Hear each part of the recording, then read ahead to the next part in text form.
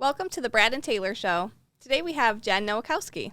You're listening to The Brad and Taylor Show, a podcast that inspires entrepreneurs to pursue their passions. We're sitting down with some of the best to learn how they got started and some lessons they learned along the way. Hey, Jen. Hey, you guys. How are you? We're good. How's it going? Great. Awesome. So let's get this started. So tell us a little bit about you and kind of like, what do you do? So my name is Jen. I'm a realtor with the Danberry Company in Northwest Ohio. We are the largest market share brokerage in our area. I'm a mother of two children, Liam, who's 12, and Isla, who is 9. Awesome. So how'd you get started into real estate? I got incredibly lucky, and I got a job as a new home consultant with a local builder. I had no experience. I just interviewed really, really well. I was probably the most excited person that they'd ever talked to because I wanted it so badly. Yeah. And I did that for 2 years, and it was similar to what I do now, but it was the best stepping stone into actual real estate because it definitely made me a really, really good listener. I learned a ton about construction and and then I realized that those hours were really, really tough. I was working every weekend, every holiday. I suppose I still do that a lot, but I had no control over it at the time. And I talked to my husband one night and I was like, what would you think if, and at the time I was, making the most amount of money that I'd ever made in my life. And I felt so grateful. And, he trusted that, yep, you can get your real estate license, you can quit this job and just go, head first into full commission. And, it ended up working out, but it was definitely a really scary time and a really big risk, but I'm so grateful that I did it. Yeah. When you first transitioned into the real estate position, did you quit your job first, or how did that kind of go? Okay.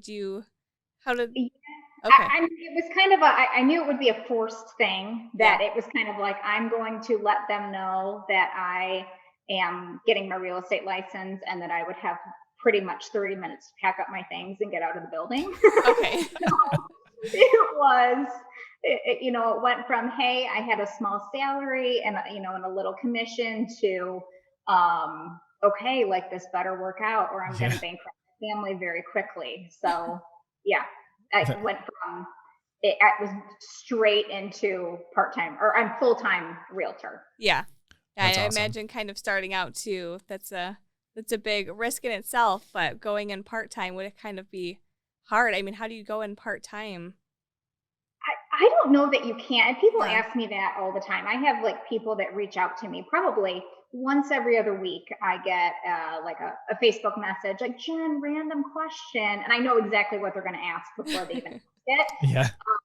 Been thinking about going into real estate for, so many years. And I don't think it's a career that you can do, especially in this market, because it's a completely different job that I have now than I had even 2 years ago. It's really tough and really competitive. I think you have to be full-time to be successful. Yeah. There's a lot of fees and expenses that come with, being a realtor. And I don't know that you can pay those if it's not like, oh, I'll just do this on the side. I know some people do it, but that was never my intention. It was like, this is going to be my full-time, lifetime career. Yeah. Yep. And when you first switched over, did you join a team right away? I've never been on a team, and I've always been on my own. I was lucky enough that I've been with the same brokerage, and I've had my real estate license for almost 6 years. And when I started, it was very different then. Like now, there's a new agent literally every other day coming into the company. Wow. When I started, the token new agent, which is weird to think about now. But I got tons of attention, tons of help. I was surrounded by really successful realtors. My kids were in school. or, with their grandparents or something, from 9 to 3 every day. So that was even if I had nothing to do, I went to the office every day and drank coffee and just listened to what was going on in the office around me. Yeah, I think that's a huge help too when you're starting out, just getting to know everything, even if you're just sitting back and watching. That's a big difference that some people absolutely. don't have. Did you get any advice when you first started out as well? Tons. Like I said, I was very lucky to start at a time where I was one of the few new agents. Probably the best advice that I got. I mean, a couple items of really good advice, but probably the best was to start a CRM or like a spreadsheet of my sphere of people that I know. And I made sure that everyone that was on that spreadsheet that I was reaching out to regularly, they all knew what I did. They all knew that I had switched careers and that I was a realtor. I was very, very active on social media. I worked at differentiating myself quickly, even though I was new, because I think it's very easy as a new agent to feel very intimidated by the number of successful people that you are surrounded by. Like, why would you work with me when you can work with them? Mm-hmm. Yeah. So not letting that intimidation stop me and being confident in my own authenticity really helped me at the beginning. That's awesome. So you talked about not being on a team. Have you built a team for yourself, or do you have an assistant or anything right now, or how you keeping everything going? Well, I'm hanging on by a thread right now because it's really busy and crazy right now. I do not have a team. The only things that I'm a one-woman show, and the only things I outsource is my photography, obviously, because I can't do that. But everything else, my marketing, all of my social media, my content. I don't have a buyer's agent. I do everything all by myself. Good for you. Are you thinking about adding an assistant on or something like that to kind of help you with that workload?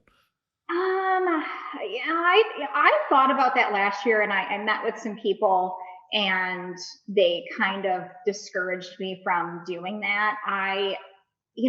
Real estate is an awesome job that I am my own boss.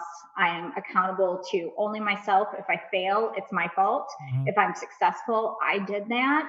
And it's both awesome and terrifying. Mm-hmm. But I like I'm wearing pajama pants right now, and I like that I can, work by myself from my house, be a mom. And I can do that because it's just me. This year I am busier than I've ever been right now. So some help would be great. So I'm not ruling it out, but right now, like I'm hanging in. Yeah. You're like, make it through busy season and then it'll slow down again and they'll go to the next year. Yeah. Totally understand that. I always tell everyone I'm like, by the time the busy season gets here, you just hold on for dear life. And then you're just like, hold on for dear life. You can't make any adjustments. Just keep running. And then by the time it slows down, then you can build again. Just to get through each day and each day, and then each transaction, and one closes, you're like, okay, now things are going to get easier. It's going to get less stressful. And it never really does, but mentally that's how you survive. Almost through it. Yep. So over the last 6 years, what's the worst property you've been to? Is there any that stick out to you? Oh, yeah, I don't know that it was the worst property, but it was the worst showing. So when I was a new agent, obviously I'm still really scrappy, but extra scrappy. Like I would go anywhere to any house. I mean, when I look back, I kind of cringe because I'm like, wow, I should not. What did I do? Yeah, I'm going to die at one of these showings. And like, it's really important that I stay alive. So I went to, I had a client who was looking for a really smart young girl, wanted to buy a duplex because her thought was that she would live in one side and rent out the other, and she'd basically be living there for free. And I was like, wow, that's brilliant. I wish I had done that when I was younger. But that means you're going to tenant occupied properties, which they they don't want you there. They Yep. don't want the house to sell. They don't want, they're not comfortable showing. So sometimes they are there. So we went to one and we could hear not the greatest area. We could hear a dog barking, but we couldn't see the dog, which is always like scary. Yeah. But this was like top of her list. So I'm like, all right, if I get mauled by this dog, like that's on you, but you better buy this house. So we're going through. It's clear that there are people home, but we haven't seen them. We go down in the basement. There is a pit bull that's in a cage. It's barking at us like this dog wants to kill us. And the basement, it was actually a finished basement, and there were doors. There was a hallway and there were doors. One door we couldn't open. The other door we opened, and there was a naked woman sleeping. And there's a couple like people, she had some friends with her for these showings. There's a couple people behind me, and she and I turn around and we're just like, go, go, go. And like push them out. We all like run out of the house. And I'm just like, this is the showing that I'm going to die at. Like, we are going to get shot at this showing. That was probably it wasn't the worst house, but it was definitely the scariest. Yeah. Yeah. I'm glad you didn't go in there by yourself to check it out before you showed her. Right? Well, and they tell you as an agent too, like you are supposed to, normally I lead because if somebody's going to, and I joke about it, but like if somebody's going to die at the showing, like it'll be me. So I open the door, I go in first. I'm the first one to go down the basement stairs. But in this case, because we had these men with us and we could hear the dog, the guys went down first, but then she and I opened this door, and there is the naked woman. And it was like, okay, time to go. Time to go. Get out of here. Did she end up buying that one? I know you said it was at the top of her list. Did she end up getting it? No, of course not. But it did make for like one of my best real estate stories, so it was worth it. Yeah. Buy that one. That's funny. Yeah, when a showing is that off-putting, they never end up buying. Like sellers that will stay home during the showing. Like that.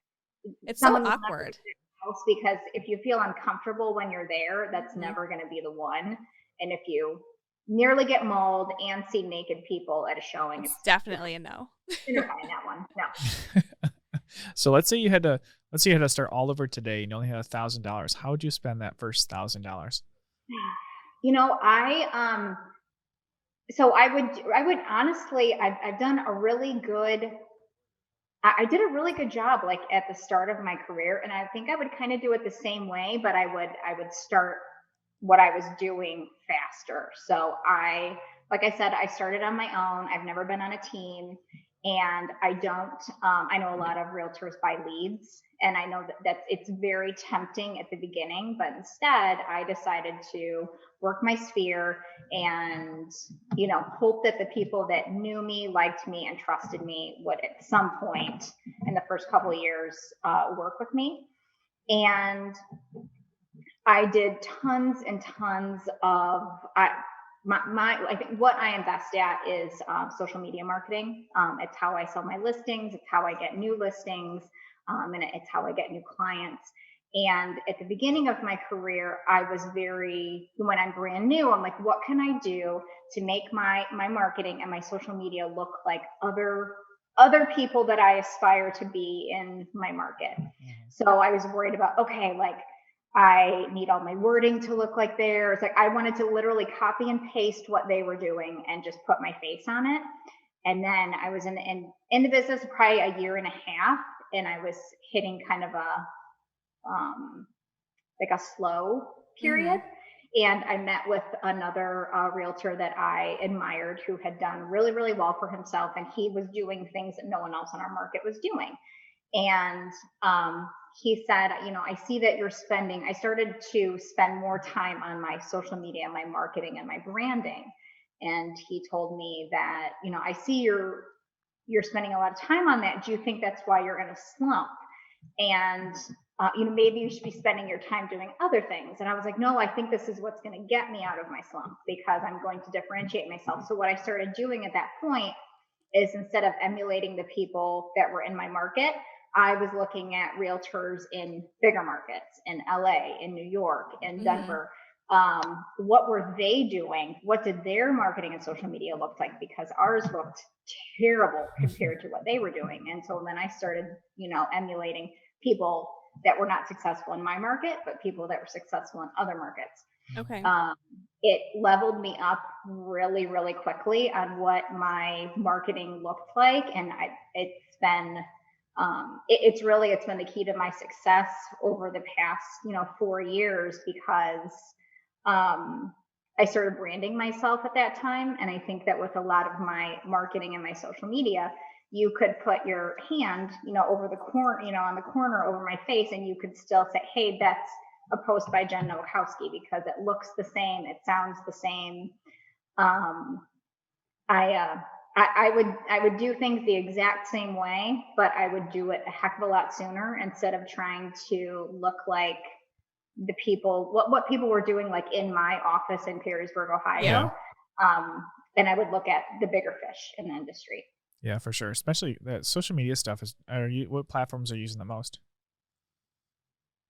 right now? I use Facebook, Instagram, and LinkedIn. I love LinkedIn. The only thing I don't do is Twitter, because I think it's really hard to get Twitter followers, and I've never used Twitter. But those three, I literally will do the same post. I will make a post on Facebook and share it on all three platforms. I recently got a listing just because of that. She was like, which awesome. I was talking about how I use different platforms, and she's like, you're the only person I've met with that mentioned Instagram. I was like, really? Like, I use them all. Yeah, you got to use them all. Yeah, that's awesome. What's one of the best books you've read? When I first started, I had this, I loved it so much as a book, that I actually bought the audio. I had a car at the time that had a CD player, but it's called The Slight Edge. Yep. And it was about doing small habits, that it's the little things matter. And in this industry, when you're trying to differentiate yourself from the 10,000 other realtors that are in your market, it's the very small things that matter the most. I learned that I would listen to it in my car, like, my kids got sick of it because I was listening to it. Can we have music? Like, no, we're gonna listen to Slight Edge again. Like, I gotta listen again. I gotta go again. But yeah, you can't. I think that good habits are everything in this business. Both to grow your business and to maintain your sanity. So I found that to be definitely the best thing, and especially too, it stands out to me because it was right at the beginning. It was like literally the first thing that I bought, and spending $25 on a book when I had no money and I was just starting felt like a big splurge. But it was definitely every penny. Yeah, and I'm sure the more you listen to it, you pick up more from that book as well. Every time you listen to it, you find something new in it. For sure. Different things stand out, just like with anything. Different things will always stand out depending on where you're at that place in your life. Yeah, for sure. How can people get a hold of you? Well, I'm on all the social media platforms. So if you search my name, you will find me. I'm super active on all of them. Also, obviously by phone or email. Do you want me to? Yeah, go ahead. Yeah, we can. My phone number is 419-699-9569. And my email is my first initial and my last name, which is Jen Nowakowski, and it's at my brokerage. So jnowakowski@danberry.com. That's awesome. Hey, thanks for coming on and sharing your story with us today. Yeah, thank you so much for having me, you guys. Are these working? All right. Sure. Here we go. Oh, there we go. I think they're working. Should we tell them? Mine keeps falling. It doesn't like my voice. What do we got to tell them? Subscribe. Subscribe? What do we got to point at? Hey, I think there's a subscription button. Like, it might be there. It might be right there too. Somewhere. Find it. It's red. Yeah. And it's blue. It's green. I don't really know. It's a color. This mic isn't even attached. Did you plug these in? Well, I guess. I wonder if they can hear us. Yeah. I wonder if they hear us. Well, we should probably tell them if they can hear us. We should probably tell them also give us a 5-star review for listening to on Apple. That'd be cool. 5 stars, review. guys. Share it with everybody they can think of. We won't take 4 stars. I mean, Taylor, I don't even think these are on. I mean, I don't think this is working. This is not working. Yeah.